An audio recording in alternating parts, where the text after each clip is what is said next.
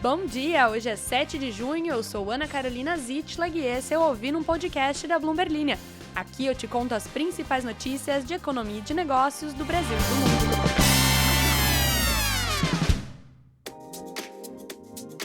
Bom dia, queridas e queridos ouvintes! Eu queria muito que o microfone tivesse gravado o ronco do meu estômago, porque ele vai ter tudo a ver com este episódio, não só com esse episódio, mas com aparentemente a temática da semana. Se você está acompanhando desde quarta-feira, eu resolvi falar de comidinha de festa junina e outras coisas. Também resolvi falar sobre Big Mac e McDonald's ontem no caso. E hoje a gente vai falar sobre a lista dos melhores 50 restaurantes do mundo, sobre a economia por trás da gastronomia de alto luxo, quem são as pessoas que escolhem esses restaurantes, como é o histórico das estrelas Michelin e, a pergunta que não quer calar, há ratos nas cozinhas? Pra ficar por dentro, mentira. Vamos falar realmente sobre restaurantes, sobre um mercado que, segundo consultorias globais aí, deve movimentar cerca de $1 trilhão pela primeira vez na história. Agora sim, para ficar por dentro de todas as notícias e também às vezes para ficar com fome, porque rolam umas fotos aí dos melhores restaurantes do mundo, é só seguir a Bloomberg Linha em todas as redes sociais. Também se inscreva aqui no podcast, compartilhe esse episódio aí. Garanto que ele será essencial para a próxima semana, que é Dia dos Namorados. Já escolheu onde vai levar o mozão para jantar? Olha como esse episódio aqui é providencial. Para você mandar pro mozão e falar assim, a gente não vai em nenhum desses restaurantes, mas eu ainda te amo. Não esqueça também, que mais? Já falei tudo? Então tá bom. Então, vamos à notícia. O Dia dos Namorados, considerado uma data das mais importantes para o setor de bares e restaurantes depois do Dia das Mães, leva otimismo aos empresários, segundo uma pesquisa divulgada pela Associação Brasileira de Bares e Restaurantes, a Abrazel. A sondagem ouviu 2.748 empresários de todo o país e constatou que 74% estimam um aumento no faturamento em relação ao ano passado. Para o presidente da Abrazel, Paulo Solmuti, em entrevista à Agência Brasil, abre aspas para ele. O Dia dos Namorados é o melhor dia do ano, não tem faturamento igual. Enquanto o Dia das Mães pega mulheres casadas ou as que tiveram filhos, o Dia dos Namorados pega a sociedade como um todo. Até adolescentes às vezes têm namoradinhos. É um dia que as pessoas começam desde cedo comemorando. É um dia muito especial. Fecha aspas. Se você tem um namorado. O que às vezes não é o caso de todo mundo, tá? Não vou comentar isso aí. A indústria de restaurantes e serviços de alimentação vai crescer em 2024, independentemente de quem tem namorado ou não. As vendas estão previstas para ultrapassar $1 trilhão pela primeira vez na história. Os operadores estão recorrendo mais à tecnologia para enfrentar desafios, reduzir mão de obra, cortar custos e impulsionar os negócios, aplicando soluções tecnológicas para o marketing, para recrutamento, contabilidade, gerenciamento de estoque e muito mais. Mas, dada a escolha entre pessoas e tecnologia, os consumidores continuam a desejar a hospitalidade humana nas suas experiências culinárias. Ou ratos, que cozinham. Existem aproximadamente 15 milhões de restaurantes no mundo e cerca de 1/3 deles estão na China. Claro, a maioria desses 5 milhões de restaurantes chineses são barraquinhas de rua, de propriedade ou operação independente, ou pequenas redes para os padrões americanos, ocidentais, digamos assim. O maior mercado de restaurantes de rede do mundo é, claro, os Estados Unidos, como a gente comentou ontem com o McDonald's. Mas os maiores centros populacionais do mundo são a Índia e a China. A gente pode esperar que, à medida que os consumidores na China e na Índia, além de outros mercados emergentes, como aqui no Brasil, continuem a ficar mais ricos e a desfrutar de maior poder de compra, as grandes marcas ocidentais comecem a entrar e conquistar não apenas uma parte do crescimento desses mercados, mas também ganhem uma fatia do mercado existente, superando empresas incumbentes, menos sofisticadas e com menor financiamento. Lembra da briga ontem do restaurante irlandês, que brigou pelo nome Big Mac? Pois tá aí. Bom, não sabendo se há ratos cozinhando, eu espero que você tenha visto o filme Ratatouille, senão toda essa introdução ficou muito estranha pra você. O melhor restaurante do mundo no momento é o Desfrutar, que fica em Barcelona.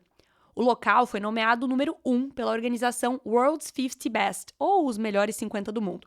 Localizada atrás de uma entrada despretensiosa, a sala de jantar iluminada e cheia de plantas é comandada pelos chefes Oriol Castro, Mateu Cassanhas e Edouard Chantruche, todos ex-alunos do restaurante modernista e revolucionário El Bulli. Seu cardápio apresenta pratos idiosincráticos. Não sabendo nem pronunciar nem o significado dessa palavra, eu fui atrás para pesquisar para você. Idiosincrasia significa o conjunto de elementos cuja combinação dá o temperamento e o caráter individual de uma coisa. No desfrutar, um dos pratos idiosincrático é o fear, the prawn, ou medo, o camarão, o qual eu também sentiria bastante medo, já que sou alérgica a camarão. Ele é composto de frutos do mar cercados por gelo seco, que não é nocivo. Os clientes precisam sentir a névoa para encontrar o camarão ali no meio.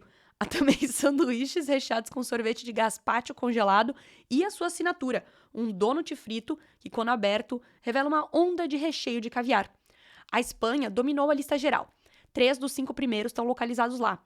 O assador Etxebarri, em Aspe, no País Basco, ficou em segundo lugar, com um cardápio baseado em ingredientes habilmente cozidos no carvão. O Diverso, em Madrid, conhecido por sua culinária e atmosfera exageradas, ficou em quarto lugar. O terceiro fica em Paris, que é o Table de Bruno Vernius. Mas aí eu te pergunto, quem é que escolhe quais são os melhores restaurantes do mundo? Por que o boteco que meu pai tinha num galpão nunca entrou nessa lista?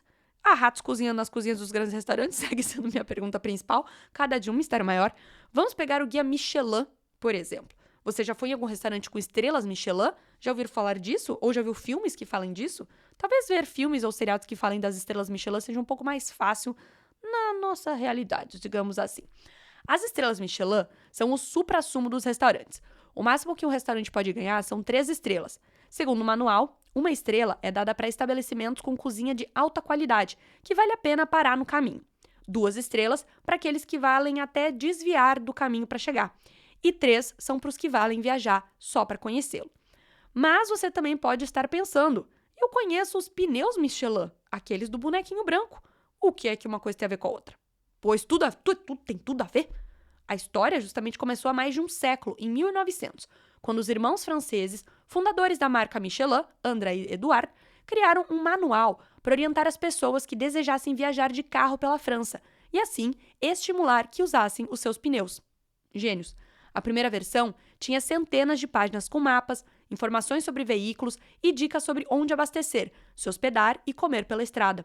Em vez de apenas indicar os nomes dos lugares, o manual passou a dar notas para os estabelecimentos e a recrutar uma equipe própria de clientes ocultos para visitar e examinar os serviços anonimamente e aumentar a área de cobertura do guia. Hoje, o Guia Michelin avalia restaurantes e hotéis em cidades de cerca de 30 países, somando quase 50 mil estabelecimentos visitados.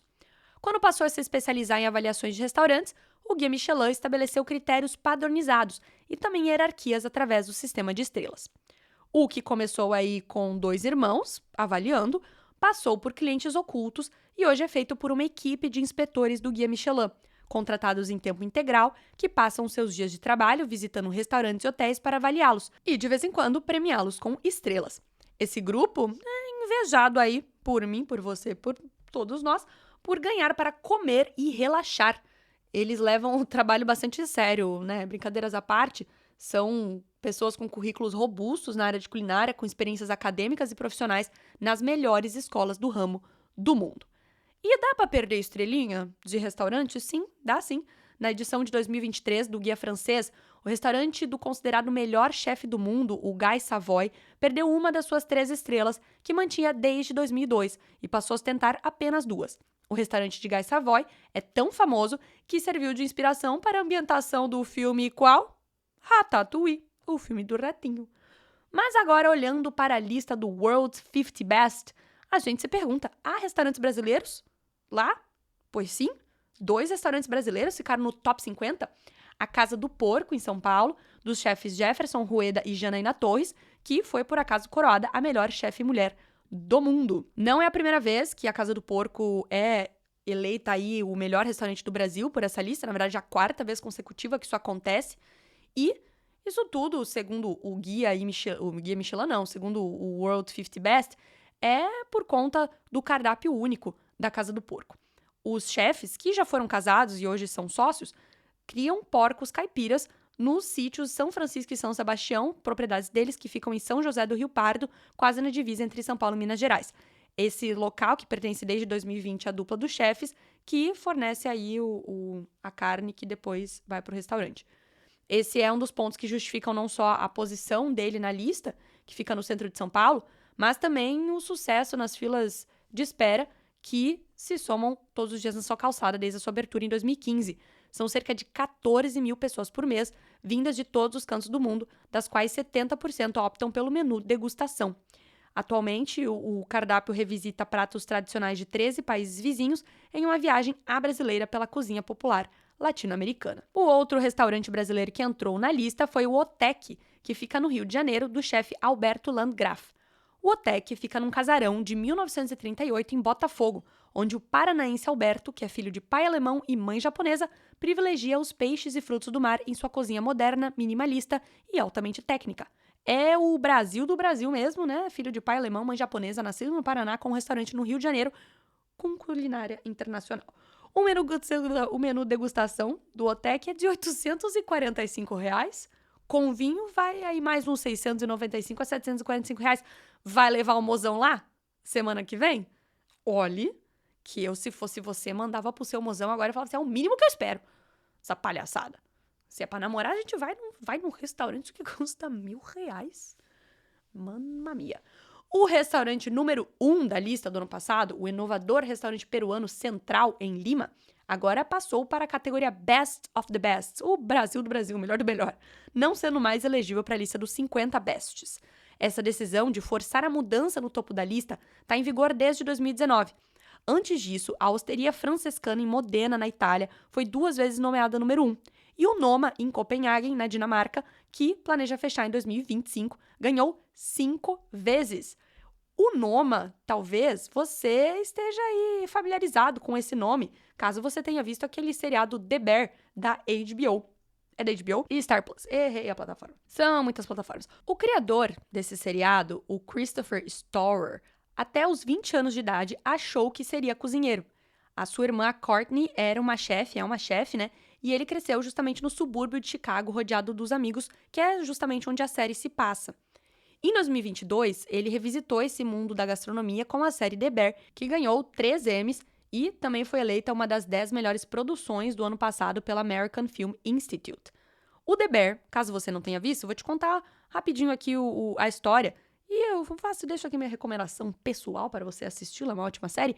Acompanhe a história de Carme Berzato, um jovem e premiado chefe que decide deixar a alta gastronomia para assumir o The Beef, uma lanchonete italiana falida em Chicago, sua terra natal.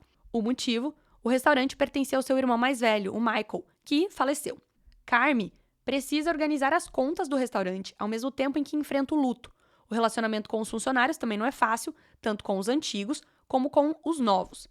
Para entender a dinâmica de um restaurante, o produtor dessa série, o criador, o Christopher, reuniu dezenas de relatos de cozinheiros.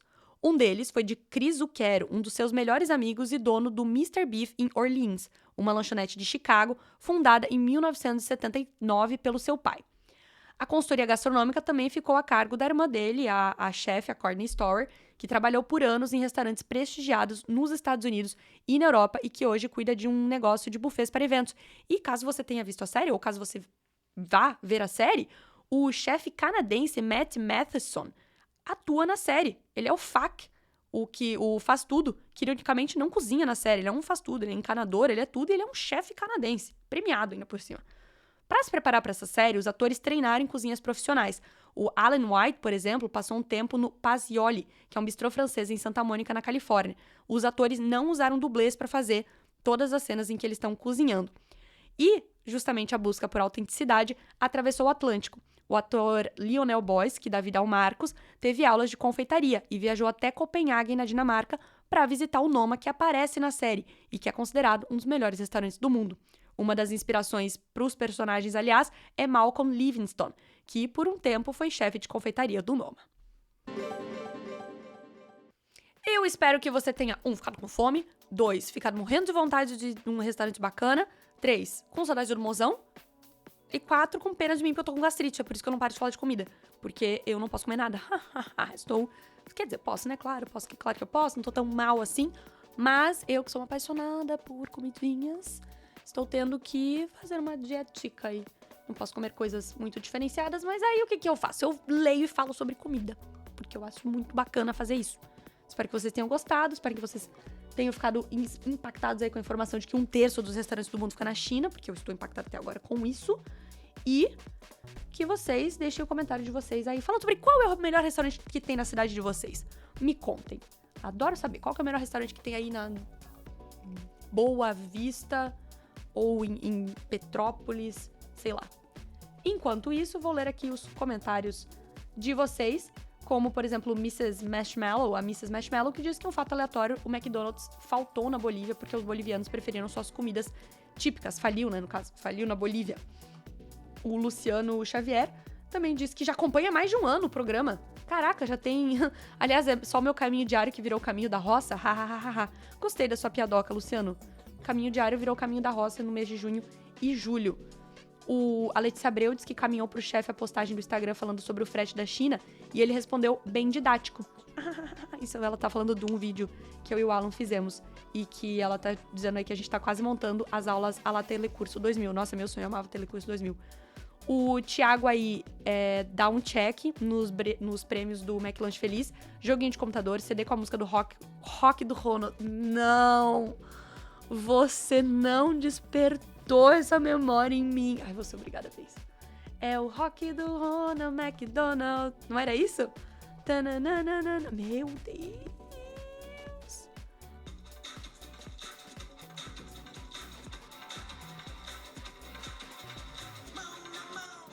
Pé com pé, eu vou te mostrar como é que é. Meu Deus, Thiago, por que você fez isso? Eu tenho medo do Ronald McDonald.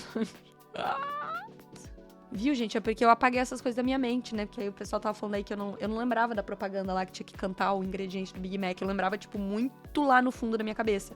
E aí o pessoal aqui tá confirmando. Inclusive, imagino que vocês escreveram esses comentários cantando na cabeça de vocês, né? Tipo, todo mundo escreveu, assim, 2 hambúrgueres, alface, queijo, molho especial, cebola picles e um pão com gergelim. E a Andrea, vou finalizar aqui, porque eu fiquei nervosa com essa música, foi que a Andrea disse que a filha de 14 anos dela tá ouvindo o podcast e tá aprendendo muito sobre o mundo econômico. Um grande abraço pra você, Rafaela. Eu adoro os ouvintes mirins aqui do podcast. Fico muito feliz com a sua audiência. Espero que você esteja gostando, que você esteja aprendendo alguma coisa. E também tem muito comentário bom. O Marcos Alessandro, que fez um esclarecimento aqui. Muito obrigada, Marco. Em São Paulo, a canjica típica do Nordeste se chama curau. Já aquilo que São Paulo conhece por canjica, no Nordeste se chama mungunzá. E a canjica junina em São Paulo é curau. Mas que maluquice. Mas é isso aí, curau, canjica. Eu vou chegar em alguma barraca de festa junina, eu vou falar os 3 nomes. Porque alguma coisa vão me servir. Muito bem, pessoal, é isso aí. Boa sexta-feira a todos, bom final de semana e a gente se vê na segunda, né? Tudo de bom. Até mais.